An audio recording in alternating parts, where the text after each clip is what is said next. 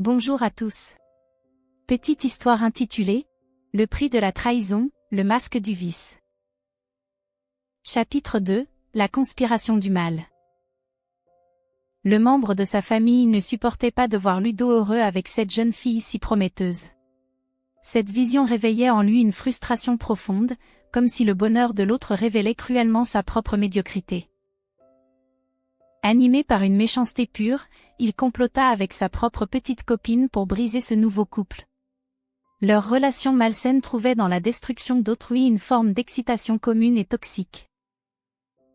À deux, ils tissèrent une toile de mensonges et de manipulations pour piéger l'innocence de la jeune fille. Chaque mot était calculé, chaque situation provoquée avec une précision froide et méthodique. La petite copine du cousin jouait les complices, facilitant les rapprochements interdits et les secrets.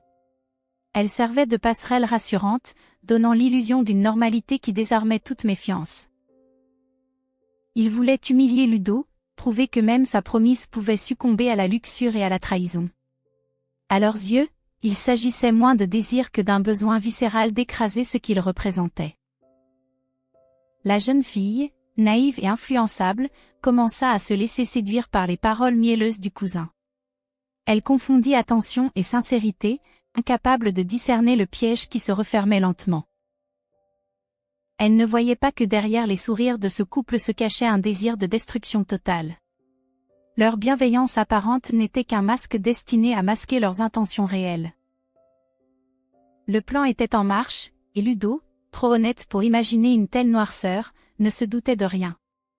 Il continuait d'avancer avec confiance, ignorant que les fondations de son bonheur étaient déjà fragilisées.